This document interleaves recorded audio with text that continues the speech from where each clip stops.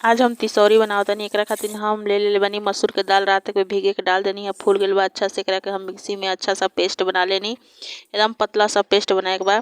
और यहाँ पर मिर्ची ले बनी, सूखा मिर्ची, एकरा के पीस लेनी। और सब यहाँ पर तीसी ले बनी। तिल के भी बना सकी न जा और तीसी के भी बना सकी। तो हम तीसी के बने बनी। तो तीसी के धो के हम अच्छा से ले बनी। ओकरा में मूंग के दाल मूंग के दाल ना, जो मसूर के दाल पीसले रहनी है, वो सब में डाल देनी। ओकरा में नमक डाल देनी। जो मिर्च पीसले रहनी वो डाल देनी। स्वाद अनुसार नमक, ज़्यादा नमक ना डालम, कमे डालम, ताकि सुखाई ना, तो थोड़ा कम होई।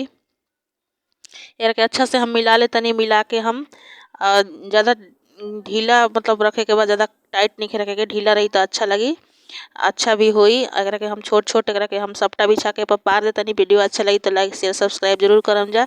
यहाँ पर सुखा गइल बा, हमरा उठावे के बजे याद ना पड़ल दिखावे के, तो यहाँ पर डिब्बा में रख देनी मैं, तब हम देखनी। तो एकरा के दाल चावल साथे तल के